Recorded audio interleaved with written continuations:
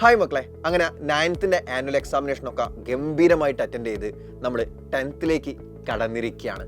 മിക്ക സ്കൂളുകളിലും classes start ചെയ്തു. അതിൻ്റെ ഇടയ്ക്കാണ് ഈ ഒരു റീസെൻ്റ്ലി ഒരു 25th CBSE നോട്ടിഫിക്കേഷൻ പുറത്തിറക്കിയത്. അവരുടെ ഡ്രാഫ്റ്റും കാര്യങ്ങളൊക്കെ 2 ബോർഡ് എക്സാമിനേഷൻ ഉണ്ടാവും എന്നുള്ള കാര്യത്തിൽ ഈ ഒരു ബാച്ചിന് 2025-26 ബാച്ചിന് 2 ബോർഡ് എക്സാമിനേഷൻ ഉണ്ടാവും എന്നൊക്കെയുള്ള കാര്യങ്ങളിൽ CBSE നോട്ടിഫിക്കേഷൻ പുറത്തിറക്കിയിട്ടുണ്ട് അല്ലേ. അപ്പോൾ ഈ ഒരു സാഹചര്യത്തിൽ എനിക്ക് മക്കളോട് പറയാനുള്ളത് എന്താണെന്ന് വെച്ചാൽ, നല്ല രീതിയിൽ മക്കൾ ആദ്യം മുതലേ പ്രിപ്പയർ ചെയ്യണം. നമ്മൾ ഇത്രയും കാലം സ്കൂളിലെ ടീച്ചർ ഇടുന്ന ക്വസ്റ്റ്യൻ പേപ്പർ അറ്റൻഡ് ചെയ്ത് സ്കൂളുകാർ നടത്തുന്ന എക്സാം അറ്റൻഡ് ചെയ്ത് വന്നവരാണ്. ആദ്യമായിട്ടാണ് നമ്മളൊരു ബോർഡ് എക്സാമിനേഷൻ എഴുതാൻ വേണ്ടിയിട്ട് പോകുന്നത്. നിങ്ങളുടെ സ്കൂളിലെ ടീച്ചർ ഇടുന്ന ക്വസ്റ്റ്യൻ പേപ്പർ എന്ന് പറയുമ്പോൾ നിങ്ങൾക്ക് എടുത്ത ക്ലാസ്സിൻ്റെ ബേസിസിൽ ആ ടോപ്പിക്സിനനുസരിച്ചിട്ട് നിങ്ങൾ അറിയുന്ന ടീച്ചേഴ്സാണ് ആ പേപ്പർ ഇവാലുവേറ്റ് ചെയ്യുന്നതും. അപ്പോൾ ടീച്ചർക്ക് അറിയാം, ഇപ്പം ഈ കുട്ടിയാണ്, ഓക്കെ, അവൻ കുഴപ്പമില്ലാണ്ട് ആൻസർ ഒക്കെ എഴുതുന്ന ആളാണ്, അവൻ കുഴപ്പമില്ലാണ്ട് പഠിക്കുന്ന കുട്ടിയാണ്. ആ കാര്യം ടീച്ചർ മനസ്സിലുണ്ടാവും. അത് വെച്ചിട്ടാണ് ടീച്ചർ എന്ത് ചെയ്യുക, ഈ പേപ്പറൊക്കെ വാല്യൂ ചെയ്യുക. എന്നാൽ ബോർഡ് എക്സാമിനേഷൻ്റെ കേസിൽ ഇതൊന്നും നമുക്ക് ഇങ്ങനത്തെ ഒരു ഫേവറബിൾ ആയിട്ടുള്ള സിറ്റുവേഷൻസും നമുക്കില്ല. ആരോ ആണ് ക്വസ്റ്റ്യൻ പേപ്പർ ഇടുക, CBSE ബോർഡാണ് ക്വസ്റ്റ്യൻ പേപ്പർ ഇടുക അല്ലേ. നമ്മുടെ പേപ്പർ ഇവാലുവേറ്റ് ചെയ്യാൻ ആരോ ആണ്. ഈ പേപ്പർ നോക്കുന്ന ആൾക്ക് ഇന്നയാളാണ്, നമ്മൾ പഠിക്കുകയോ ഇല്ലയോ ഇതൊന്നും അറിയില്ല. പേപ്പറിൽ എന്തെങ്കിലും നമ്മൾ എഴുതിയിട്ടുണ്ടോ അതിന് മാർക്ക് കിട്ടും, അതിന് മാത്രമേ മാർക്ക് കിട്ടുള്ളൂ. അപ്പോൾ മാർക്ക് കിട്ടുക എന്നത് ഈ വർഷം കുറച്ച് നല്ല ബുദ്ധിമുട്ടായിട്ട് മാറാൻ പോവുകയാണ്. ആൻഡ് എസ്പെഷ്യലി മാത്സിൻ്റെ ഒക്കെ കാര്യത്തിലേക്ക് വരുമ്പോഴത്തേക്കും, മാത്സ്, സയൻസ് എന്നീ സബ്ജക്ട്സിൻ്റെ കാര്യത്തിലേക്ക് വരികയാണെങ്കിൽ NCERT ടെക്സ്റ്റ് ബുക്കിലുള്ള ക്വസ്റ്റ്യൻസിൻ്റെ ലെവൽ ഇവിടെയാണെങ്കിൽ ബോർഡ് എക്സാമിനേഷന് ചോദിക്കുന്ന ക്വസ്റ്റ്യൻസിൻ്റെ ലെവൽ ഇവിടെയാണ്. അത്രയ്ക്ക് ഡിഫറൻസ് ബോർഡ് എക്സാമിനേഷന് ചോദിക്കുന്ന ക്വസ്റ്റ്യൻസും NCERT ടെക്സ്റ്റ് ബുക്കിൽ നിങ്ങൾ കാണുന്ന ക്വസ്റ്റ്യൻസും തമ്മിൽ വരാറുണ്ട്. സോ ആ ഒരു ഡിഫറൻസിലും നിങ്ങൾക്ക് നല്ല മാർക്ക് ലഭിക്കണമെങ്കിൽ മക്കൾ നല്ല രീതിയിൽ പഠിക്കേണ്ടതായിട്ടുണ്ട്. പിന്നെ വേറൊരു പ്രശ്നം എന്താണെന്ന് വെച്ചാൽ, നിങ്ങൾക്ക് ഓരോ എക്സാം കഴിയുമ്പോഴുള്ള ഗ്യാപ്പ്, ഓരോ എക്സാമിനേഷൻ്റെ ഇടയിലുള്ള ഗ്യാപ്പ് വളരെ കുറവായിരിക്കും.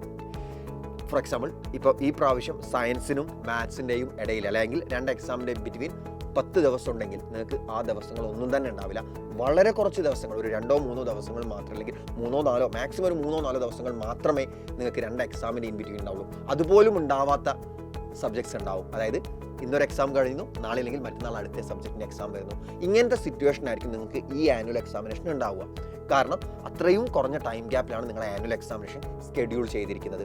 സോ ഇത്രയും കുറഞ്ഞ സമയത്തിനുള്ളിൽ നമുക്ക് പ്രിപ്പയർ ചെയ്യണമെങ്കിൽ നമ്മൾ എന്ത് ചെയ്യണം, ആദ്യം മുതലേ വളരെ സിസ്റ്റമാറ്റിക് ആയിട്ട് പഠിച്ചുകൊണ്ട് മുന്നോട്ട് പോയിട്ടുണ്ടാവണം.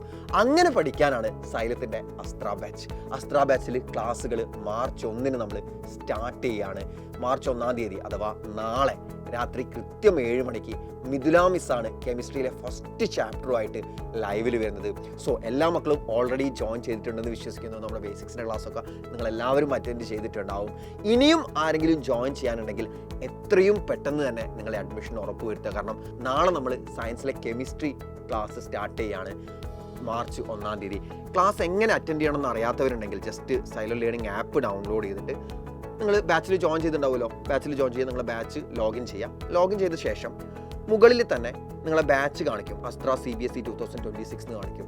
ഇനി അതല്ല കാണിക്കുന്നത്, വേറെ എന്തെങ്കിലും ആണ് കാണിക്കുന്നത് വെച്ചാൽ നിങ്ങൾ അതിൽ ഏരോ മാർക്കിൽ ഒന്ന് ക്ലിക്ക് ചെയ്തിട്ട് അതൊന്ന് സെലക്ട് ചെയ്യാം. അന്നപ്പോൾ തന്നെ ടുഡേയ്സ് ക്ലാസ് എന്ന് പറഞ്ഞിട്ട് നിങ്ങൾക്ക് ഒരു ഹെഡിങ് കാണാം. അതിൻ്റെ തൊട്ട് താഴെ ക്ലാസ് സബ്ജക്റ്റ് കാണാൻ പറ്റും, അതേപോലെ തന്നെ ടീച്ചറുടെ പേരും കാണാൻ പറ്റും, ടൈമും കാണാൻ പറ്റും. അതിൽ ക്ലിക്ക് ചെയ്ത് കഴിഞ്ഞാൽ നിങ്ങൾക്ക് ഡയറക്റ്റ് ആയിട്ട് ആ ഒരു സമയത്ത് അതിൽ സ്പെസിഫൈ ചെയ്തിട്ടുള്ള സമയത്ത് ക്ലാസ്സിലേക്ക് കയറാവുന്നതാണ്. സോ ഇപ്രകാരം എല്ലാ മക്കളും അസ്ത്ര ബാച്ചിൽ ജോയിൻ ചെയ്തിട്ട് കൃത്യമായിട്ട് ഒരു ക്ലാസ് പോലും മിസ് ചെയ്യാതെ കണ്ടുകൊണ്ട് പഠിച്ചുകൊണ്ട് ഈ അക്കാദമിക് ഇയർ മുഴുവൻ ഞങ്ങളുടെ കൂടെ നിന്ന് കഴിഞ്ഞാൽ എല്ലാ സബ്ജക്റ്റിലും മുഴുവൻ മാർക്കും എന്നുള്ള സ്വപ്നത്തിലേക്ക് ഞങ്ങളെല്ലാവരും കൂടെ കൈപിടിച്ച് എത്തിക്കുന്നതായിരിക്കും. സോ നല്ലപോലെ പഠിച്ചോളുക, നല്ല മാർക്ക് സ്കോർ ചെയ്തോളുക.